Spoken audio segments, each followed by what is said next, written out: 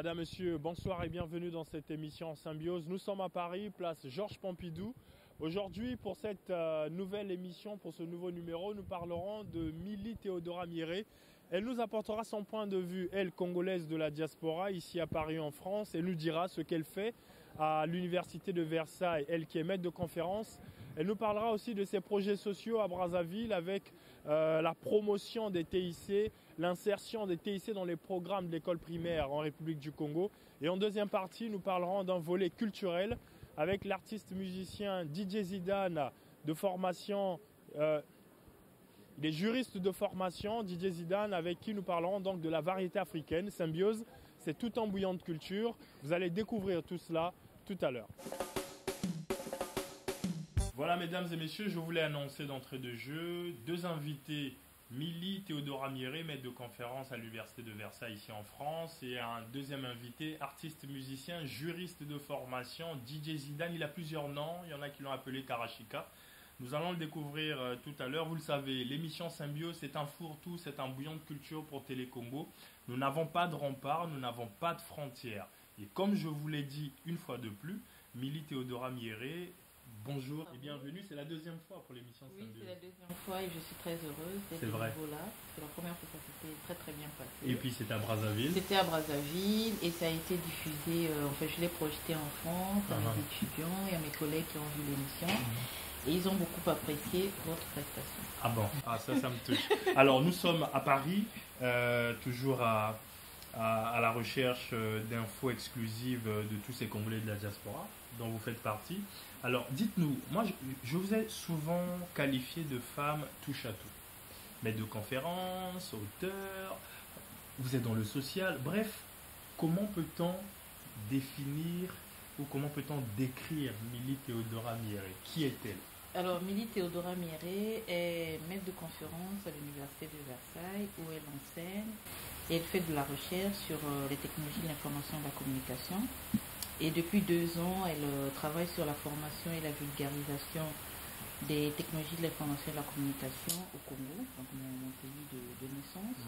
Alors, Milly Théodora Mieré a aussi des centres d'intérêt, donc l'environnement par exemple, qui m'intéresse beaucoup.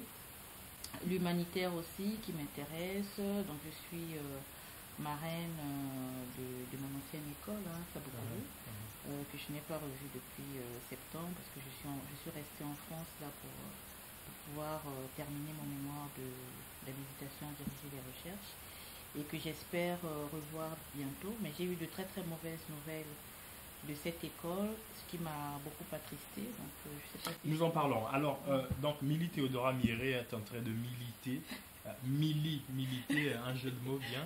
Donc, Milly est en train de militer pour l'insertion des TIC dans les écoles en République du Congo. Et l'exemple type, c'est l'école Sabukoulou qui vous a vu y apprendre beaucoup de choses. Alors, en quoi consiste, je dirais, ce plaidoyer? Que faites-vous précisément pour militer en ce sens? Alors, moi, je milite en fait pour que les Congolais aient accès à la technologie, aient accès aux technologies de l'information et de la communication, c'est-à-dire avoir accès aux technologies de l'information et de la communication, c'est pour ceux qui ont des portables maintenant, il y en a de plus en plus, qu'ils aient un bon débit, parce que ça c'est important, c'est pas intéressant quand on appelle et que ça ne passe pas. Maintenant qu'Internet mobile se développe, je l'ai vu dans les quartiers populaires, qu'on met du crédit et que pour aller sur son Facebook, c'est très très difficile. Donc on attend toujours la fibre optique. Les autorités nous ont dit que ça allait arriver, mais vraiment la population a hâte. Donc ça c'est un premier point. Le deuxième point, c'est d'avoir du contenu. Parce que je l'avais déjà dit et je l'avais constaté sur place. À quoi ça nous sert, nous les Congolais, d'avoir 2-3 portables? Si je me trouve à Mikalou et que j'ai un AVC, je ne peux pas appeler les secours.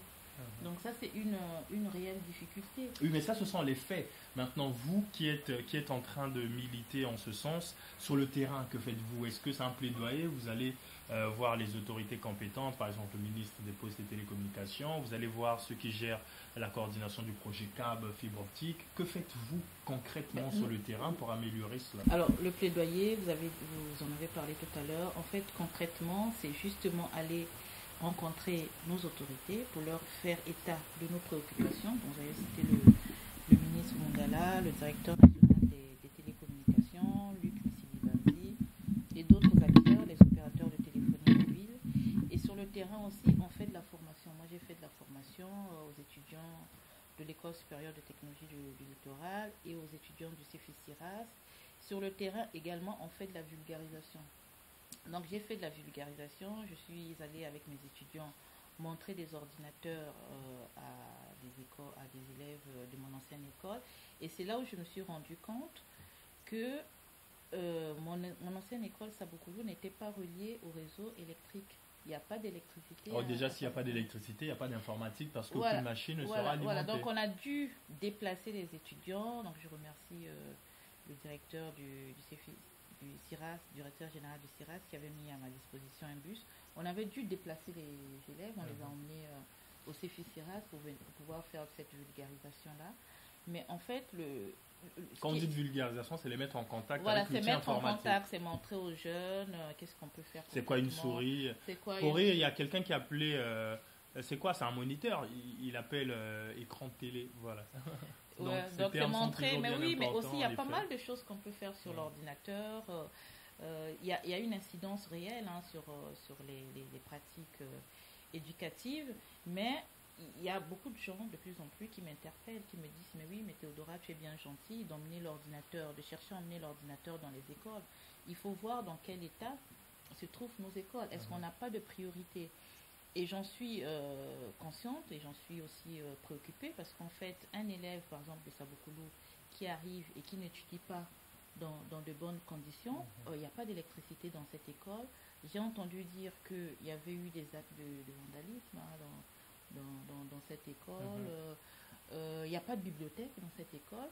Et il y a beaucoup d'écoles du Congo qui sont dans un état... Mais est-ce que, donc, en effet, en ayant énuméré tous ces mots avec MAUX, est-ce qu'ils ne vous diront pas qu'en attendant vos ordinateurs, on a d'autres chats à fouetter, les tables bancs, repeindre l'établissement, électrifier l'établissement, les ordinateurs, on vous dira que ça peut attendre? Non, ça ne peut pas attendre parce qu'en fait, un individu a besoin de tout pour s'épanouir.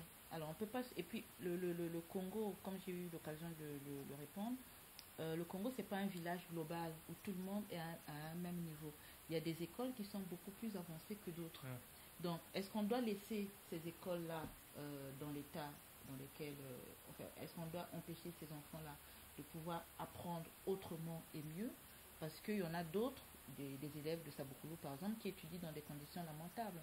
Pour le Congolais de base, il lui faut de l'eau courante, il lui faut de l'électricité, il lui faut bien manger, il lui faut des enseignants, il lui faut une école digne de ce nom, il lui faut une bibliothèque parce qu'il faut qu'il puisse apprendre des choses.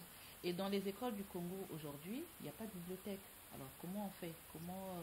Alors qu'avec les technologies de l'information et de la communication, on peut arriver à avoir accès aux ressources numériques. C'est-à-dire une bibliothèque en ligne. Voilà, une bibliothèque en ligne. Moi, je suis enseignante et je vois à quel point les technologies de l'information et de la communication m'ont permis d'enseigner mieux. C'est-à-dire quand je suis dans une salle de classe, je peux me servir d'une vidéo, je peux me servir d'un document multimédia pour pouvoir enrichir mes cours. Votre voix s'entend-elle vraiment quand vous êtes à Brazzaville, quand vous militez en ce sens, quand vous rencontrez les autorités qui ont en charge toutes ces questions? Avez-vous l'impression d'être entendu ou pas? Moi, je pense que je suis modestement, je pense que je suis quand même entendue. Enfin, je vois qu'il y a des choses. Il y a des choses qui se font au Congo. Et je ne suis pas la seule, donc je ne suis pas la seule à militer. Nous sommes plusieurs et nous avons pris maintenant l'habitude d'en discuter, de débattre. Et c'est comme ça que les choses vont se faire, c'est petit à petit. C'est-à-dire que c'est pas parce que je vais écrire un article aujourd'hui que demain il y aura une révolution au niveau du Congo.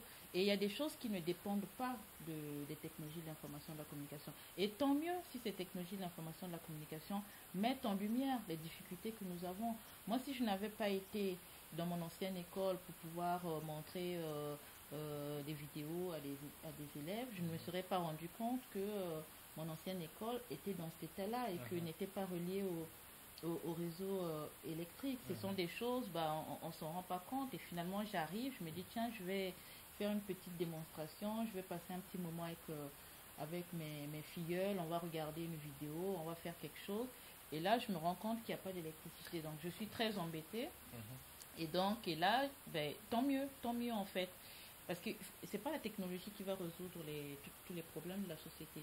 Mais la technologie peut mettre en lumière les problèmes de la société. Et en les mettant en lumière, ben, on espère qu'il y aura une solution qui sera... D'accord. Alors, Milly Théodora, on dit qu'un seul doigt ne peut pas laver la face. Aujourd'hui, vous êtes une ancienne élève de l'école Sabokoulou. Seul, vous ne réussirez sûrement pas. N'y a-t-il pas un collectif qui est en train de naître autour de tout ça? Une association d'anciens élèves, quelque chose de ce genre? Ben, j'espère qu'on arrivera à mettre en place quelque chose. J'ai eu l'occasion de rencontrer des jeunes ici en France qui sont issus de cet établissement-là. Donc, nous en avons parlé et j'espère qu'on arrivera à faire quelque chose. Ben, c'est bien que la société civile participe parce que ça permet aussi de faire avancer les choses. Mais moi, je fais appel ici au gouvernement parce que j'ai lu que l'année 2013 déjà était la priorité, l'éducation était la priorité pour le Congo. L'année 2014 aussi, ça a été reconduit. Et c'est Nelson Mandela qui disait que l'éducation, c'est le meilleur moyen pour faire changer un peuple. Donc, nous sommes un pays qui a opté pour l'émergence. Mais un pays ne peut pas émerger si nous avons une éducation, un système éducatif dans cet état-là. Donc, il nous faut... il y a eu des moyens, ben, il faut qu'ils soient utilisés. Il y a eu des actions de décider, mais il faut qu'elles soient réalisées, qu'il y ait vraiment des changements, parce qu'on ne peut pas avoir des écoles, on ne peut pas parler d'émergence et continuer à avoir des écoles dans cet état-là. C'est quand même malheureux pour un pays qui est le nôtre. Alors, je l'ai dit au début de cette émission que vous êtes une femme fourre-tout, vous êtes aussi auteur. Sur quoi écrivez-vous? Alors, je ne suis pas une femme fourre-tout, alors là, je ne sais pas comment réagir à ça. Ben, j'ai écrit un premier livre, on en avait parlé, c'était un essai sur la communication et le management stratégique. Et mon deuxième livre, en fait, c'est un roman. J'ai eu envie de m'amuser un peu, donc j'ai écrit un roman d'amour. Le titre, c'est Ma chrysalide. Des TIC à l'amour. Oui. Voilà, mais j'ai eu envie, en fait, le titre, c'est Ma chrysalide est devenue papillon. Ben, en fait, j'avais envie de raconter un peu mon parcours qui n'a pas été facile depuis mon départ du Congo jusqu'à ce que j'accède à ce statut, à cette fonction de maître de conférence. Donc j'ai eu envie, en fait, je me suis dit, allez, je vais romancer parce que ça sera beaucoup plus difficile pour moi de revivre tous ces moments-là qui sont très très difficiles, hein, les problèmes de bourse, les problèmes de logement, des problèmes d'accompagnement que l'on n'a pas. C'est-à-dire qu'on a quand même, là aujourd'hui, il y a aussi une incitation pour les gens de la diaspora à participer, mais il faut que ces problèmes-là aussi soient regardés. Je vois encore des étudiants congolais qui, en France ici, ils n'ont pas de bourse, ils ne sont pas encadrés, ils ne sont pas accompagnés. Donc, moi, j'ai eu ces problèmes-là il y a 20 ans. On espère quand même qu'en 20 ans, ça va être résolu. Mais on se rend compte que non. Donc, on a encore des progrès à faire. Alors, moi, je suis en train de rendre visible certains Congolais de la diaspora, et c'est ce que je suis en train de faire avec vous. Quelle est la vision que la diaspora congolaise a du développement du Congo? Le Congo se développe. Nous avons un nouvel aéroport, nous avons des routes, les infrastructures sont en train de naître. Je vais utiliser un terme très dithyrambique, comme des champignons. Quelle est la part de la diaspora congolaise, celle de France? Alors, je ne suis pas, moi, représentante de la diaspora. Mais vous faites partie de cette diaspora. Alors, parlons de vous en tant qu'individu. Que voulez-vous apporter à ce processus de développement? Moi, c'est simple. En fait, à un moment, je me suis dit, j'ai 2 pays, donc ça serait bien que je puisse participer aussi.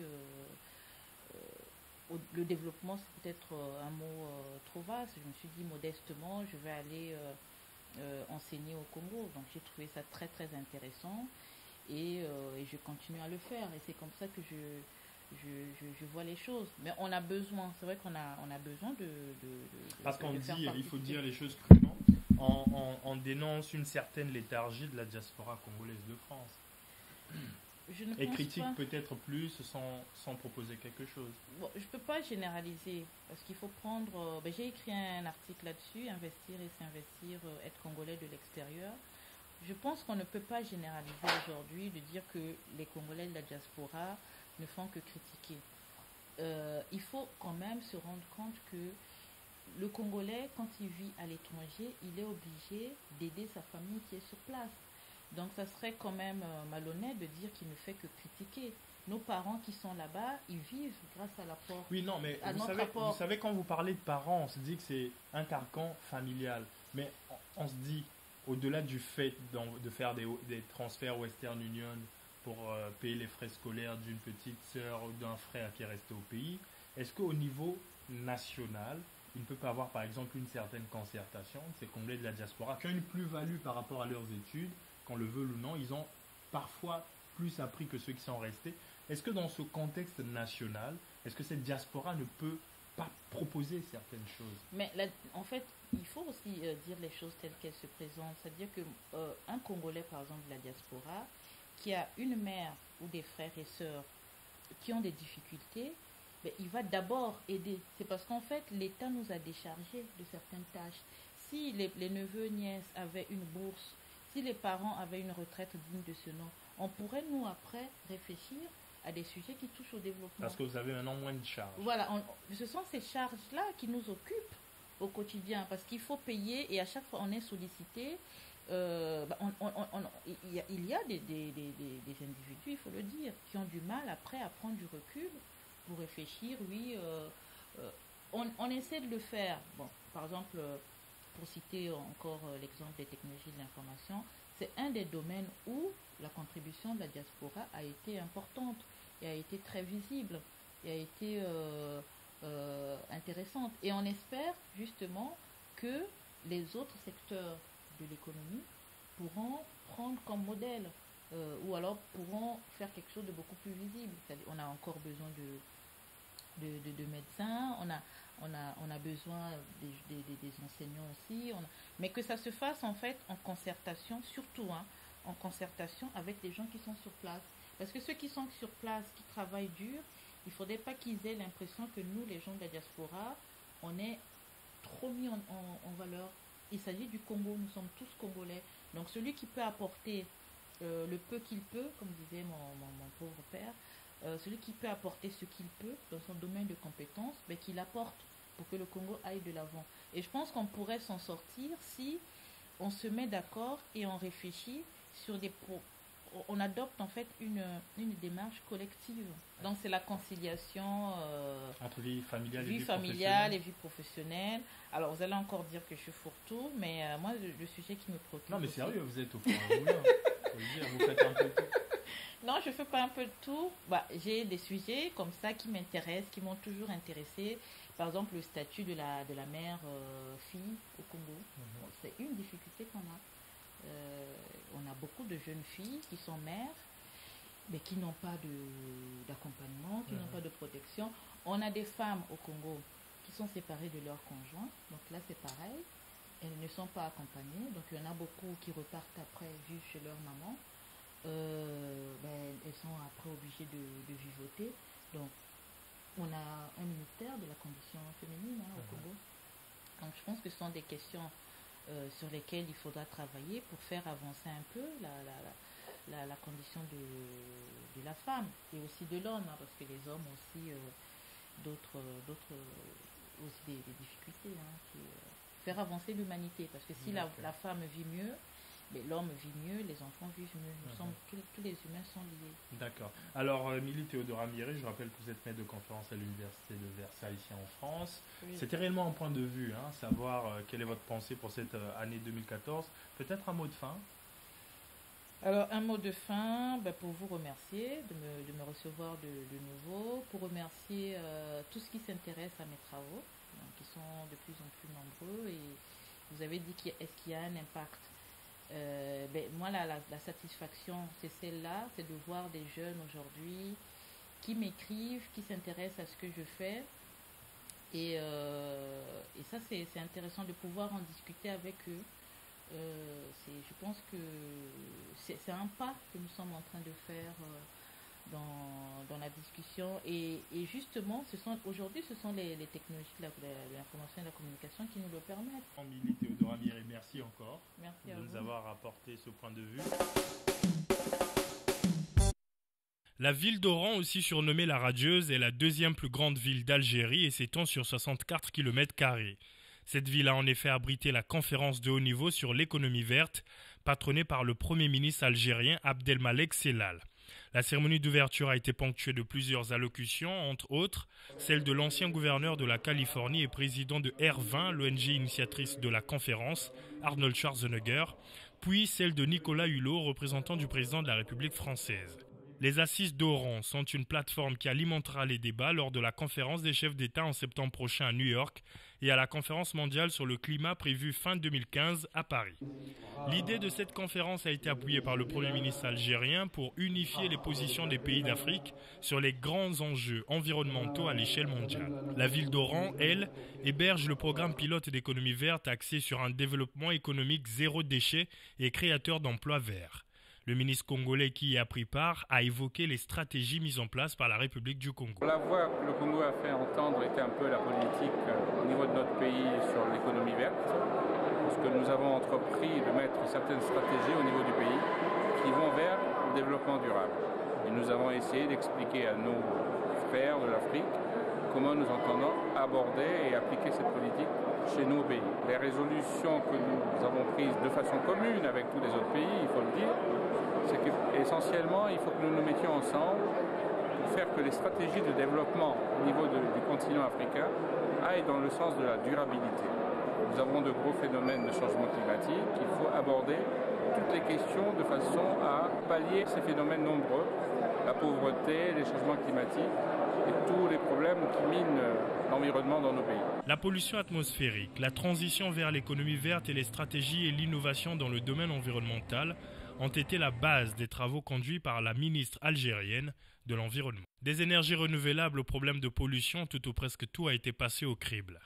Les ministres africains ont tenu à présenter les expériences nationales sur l'économie verte et pour la République du Congo, le ministre du Tourisme et de l'Environnement a insisté sur la mise en place d'un système de traçabilité de grumes, entre autres.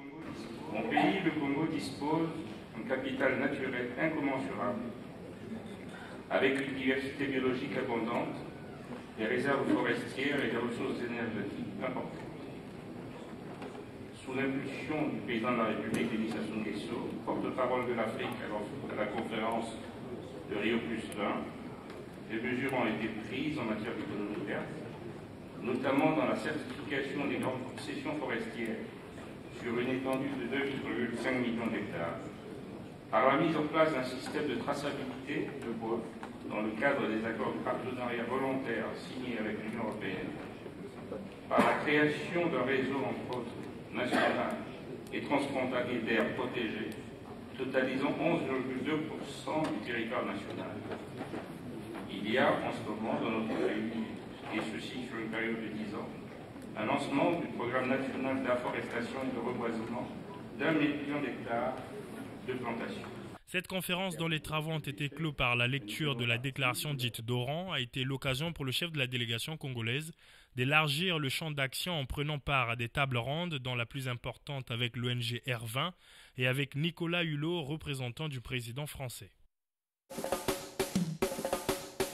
Voilà, mesdames et messieurs, après un processus qui a été lancé à Pointe-Noire, nous avons réalisé une très belle émission avec madame Julienne Johnson de la Fédération Edith Lucie Bongo Nzimba à bord d'Africa Merci, ce navire hôpital de l'ONG Merci Ships. Donc madame Julienne Johnson, à qui je dis bien de choses. Donc après le lancement de ce processus de l'émission Symbiose à Pointe-Noire, nous sommes rendus à Oran en Algérie. Nous voici à Paris en France. Et pour cette deuxième partie, je vous l'ai dit, après donc madame Amélie Théodora Miré que vous venez de suivre en entretien avec moi, je reçois pour le volet culturel Didier Zidane. Symbiose, c'est un bouillon de culture. Didier Zidane, je vous l'ai dit, juriste de formation. Didier Zidane, c'est vrai que plusieurs mois déjà depuis que nous sommes en 2014, mais bonne année. Bonne année Gildas et bonne année à tous les frères congolais et les sœurs congolaises. Alors la première question Zidane, ceux qui nous regardent vont se dire du droit à la musique, un pas ou deux? Il n'y a qu'un pas. Il n'y a qu'un pas du droit à la musique, il n'y a qu'un pas. Le droit, c'est la formation, c'est la profession, et la musique, c'est la passion. Donc, autant qu'un militaire aurait pour passion le football, pour ceux qui jouent à l'Interclub du Congo, autant que moi, juriste, ma passion, c'est la musique. Ouais. Alors, Didier Zidane, la variété africaine, sur le terrain, vous êtes dans le coupé-décalé, vous êtes dans le ndombolo. Mais avant de parler de ce qui se fait aujourd'hui, depuis combien d'années êtes-vous en France? Je suis en France depuis 2002. 2002, ça va faire, on va dire... plusieurs années en tout cas, ouais.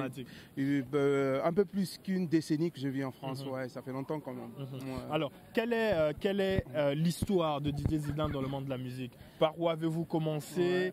Par où êtes-vous passé? Ouais, ben, je vais le faire très vite parce que c'est super lent. Didier Zidane a commencé la musique très tôt, très jeune. J'ai commencé à chanter dans les chorales religieuses parce que je suis de confession protestante. Et après, je me suis retrouvé à Brazzaville, toujours dans la passion de la musique qui m'envahissait. J'ai créé avec des amis étudiants à l'époque un orchestre qu'on appelle Vox Entelo. D'ailleurs, je salue tous les potes de Vox Entelo parce que l'orchestre existe encore. Et ensemble, on a continué, on a commencé à faire nos concerts à l'amphi, théâtre. Je me rappelle, c'était à Tchelima, non, plutôt à l'ENAM. À l'ENAM, oui, on a fait notre première sortie. Et puis, après, je suis arrivé en France. Et en France, j'ai croisé un producteur qui m'a produit. Donc voilà, de façon lapidaire, un peu mon parcours. Sinon, si je rentre dans les détails, ce serait très très long. Et pourquoi le choix du coupé-décalé? Il faut le dire, c'est ce vent qui est parti sûrement d'Abidjan. Oui. Un mélange de zouglou et de musique typiquement d'Afrique centrale. Exactement. Pourquoi avoir choisi le coupé-décalé? Non, mais je n'ai pas choisi en tant que tel. Je me suis simplement retrouvé au moment où le coupé-décalé naissait. À cet endroit-là. Je fais partie des créateurs du coupé-décalé avec des Ivoiriens. Je suis congolais certes, mais quand je me suis retrouvé à Paris, le seul endroit où je pouvais exprimer ma passion qui est la musique, c'était le milieu ivoirien parce que c'est le milieu qui m'a ouvert les portes. C'est le milieu qui m'a adopté. Et à l'époque, le coupé-décalé venait de naître. Ça venait de commencer avec la jet set. Parce que beaucoup de gens pensent que le coupé-décalé est né en Côte d'Ivoire. Non, le coupé-décalé est né à Paris. Mais avec des Ivoiriens de Paris. Ah d'accord. C'est né à Paris, donc la jet set. Il n'est pas né à Abidjan. Non, il n'est pas né à Abidjan. Il est né à Paris avec les Ivoiriens, mais de Paris. Donc les Douksaga, Lino Versace et Borosangui, c'est les Ivoiriens, mais qui habitaient à Paris. Et ensemble avec eux, on crée le coupé-décalé dans une boîte de nuit qu'on appelait l'Atlantis. C'est comme ça que le coupé-décalé a commencé. Et à cette époque, moi j'étais animateur, c'est-à-dire qu'en terminologie de boîte de nuit, on appelle ça MC. Donc j'étais MC de l'Atlantis, c'est moi qui faisais des animations sur des beats, sur des instrus. On mettait des instrus et je faisais des animations. Et c'est de là est parti le coupé-décalé avec la jet set ivoirienne. Et du coup, je me suis donc retrouvé à l'origine du coupé-décalé. J'ai fait partie de ce mouvement. Et une fois que ce mouvement s'est déporté en Afrique, c'est devenu un grand courant. Tout le monde chante du coupé-décalé. Et je me suis dit, c'est l'effet de mode. Pourquoi je vais rester à chanter encore de la rumba ou du ndombolo pendant que l'effet de mode, c'était le coupé-décalé à l'époque. Mais on nous dit que le coupé-décalé n'a pas longue vie, il n'a pas long feu. Comment Didier Zidane va-t-il faire quand le coupé-décalé disparaîtra du circuit? Mais je suis sûr on a dit pareil pour le reggae à l'époque où ça a commencé. Je pense qu'ils ont dit pareil aussi pour le rap. Quand le rap a commencé, on a dit, tiens, c'est une musique urbaine, c'est un courant de musique qui veut parler loin. Mais le coupé-décalé dure depuis 2002 jusqu'à aujourd'hui. Le coupé-décalé, la preuve, il n'y a plus que les Ivoiriens qui font du coupé-décalé. Le coupé-décalé, c'est maintenant tout le monde qui le fait, les Camerounais. Et au Congo, je suis d'ailleurs fier qu'au Congo, aujourd'hui, la musique congolaise de Brazzaville qui s'écoute aujourd'hui, c'est du coupé-décalé. Donc je ne pense pas que c'est un mouvement qui va mourir.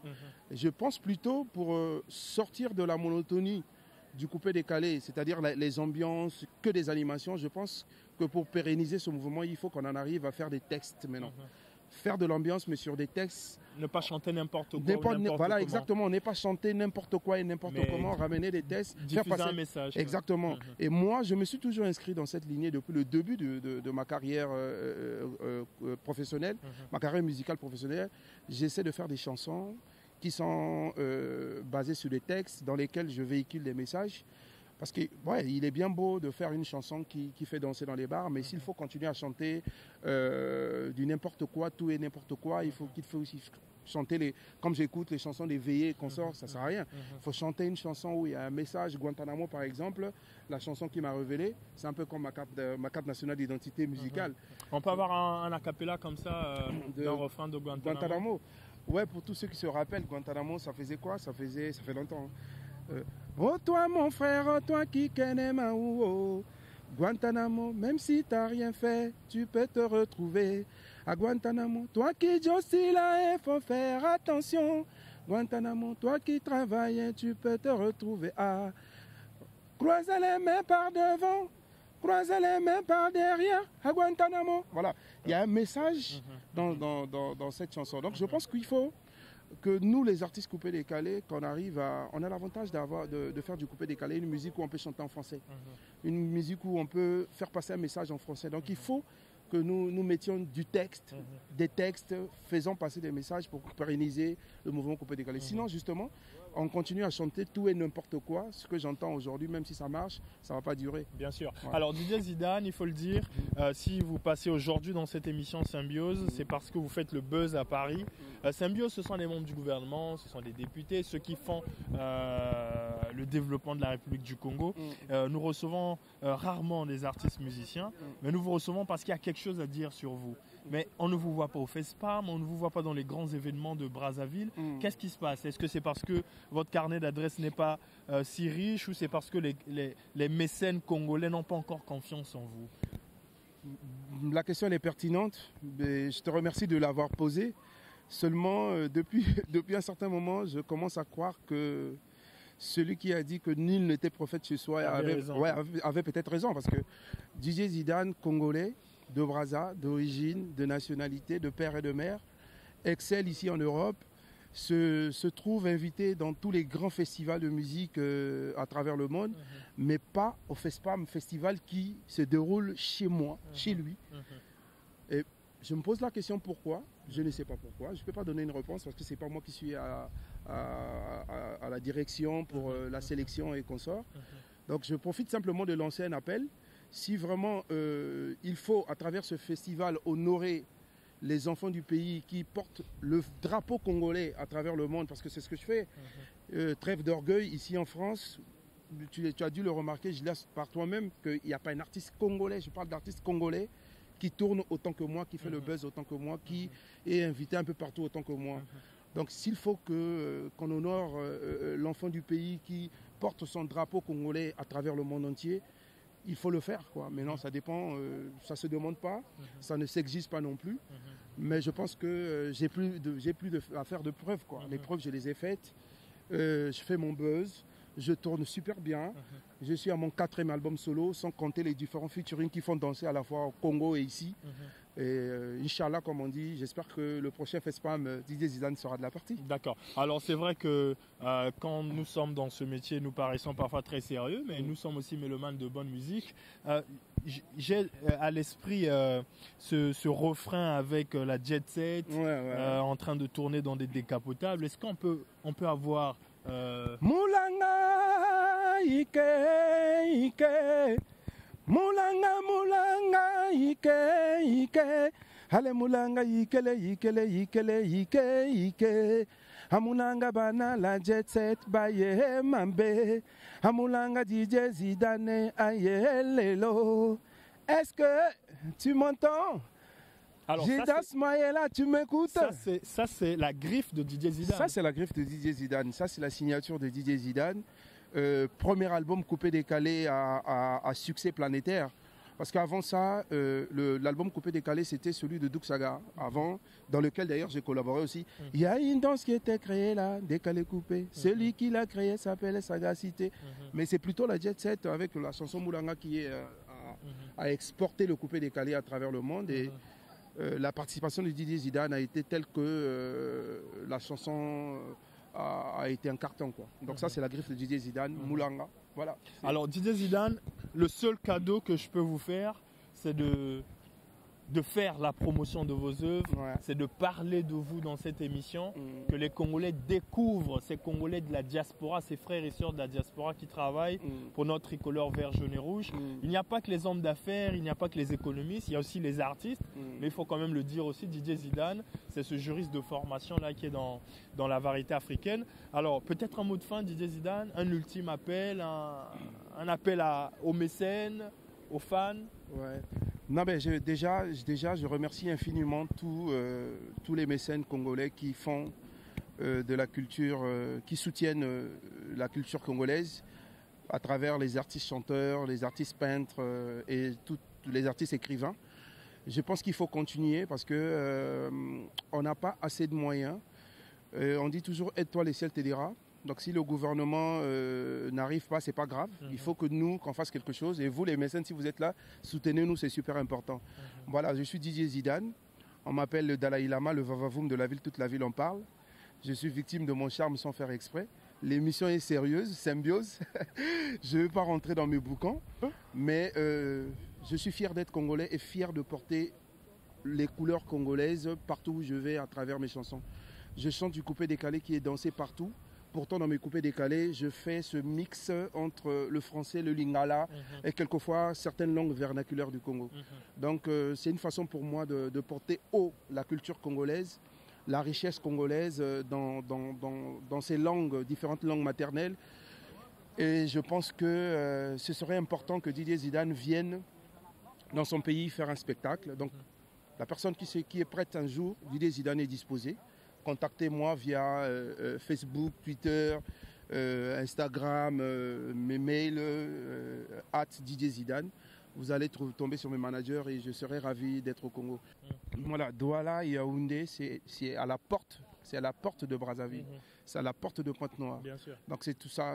J'ai toujours un pansement au cœur quand je vais pour une tournée en Afrique et que je n'arrive pas chez moi. Je me dis, ben, tiens, si les Camerounais m'invitent, si les Gabonais m'invitent, Pourquoi les pas, Béninois, mais pourquoi pas mon propre pays. mon propre pays, exactement. Pourquoi pas mon propre pays. Donc ce serait bien que il faut rendre à César ce qui lui appartient.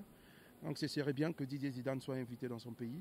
Ce serait bien, quoi. Voilà. Voilà, mesdames et messieurs, en première partie, pour vous qui venez de nous rejoindre, nous avons parlé de Mili Théodora Mieré, maître de conférence à l'Université de Versailles, ici en France. En deuxième partie, volet culturel, nous avons parlé de Didier Zidane. Il y en a sûrement qui le redécouvrent aujourd'hui. Il a dit, il est congolais de la diaspora, il veut faire quelque chose pour le Congo. C'est comme je vous l'ai dit, il y a beaucoup de projets, mais il y a aussi des projets culturels. Et Didier Zidane est un artiste complet, mais je vous assure, juriste de formation, quand il s'agit de contrat, on ne peut pas le bluser. Absolument. Didier Zidane, merci encore de m'avoir accordé un peu de votre temps. C'est moi qui te remercie, Gilles. Et comme je vous l'ai dit, tout ce que nous pouvons faire pour vous aider, c'est de renforcer la promotion. Merci infiniment et bon séjour à Paris et surtout bon retour à Brazza. Merci Didier Zidane. Un petit coucou à tous les jeunes juristes, l'association des juristes de Brazzaville dont j'ai oublié le nom, mais coucou à vous, quoi. Voilà. Voilà. Mesdames et messieurs, ainsi prend fin cette émission Symbiose. Je vous retrouverai très bientôt avec la chaleur de Brazzaville, parce que je vous assure que Brazzaville, elle reste la meilleure ville. Merci et à très bientôt. Merci, ciao, ciao.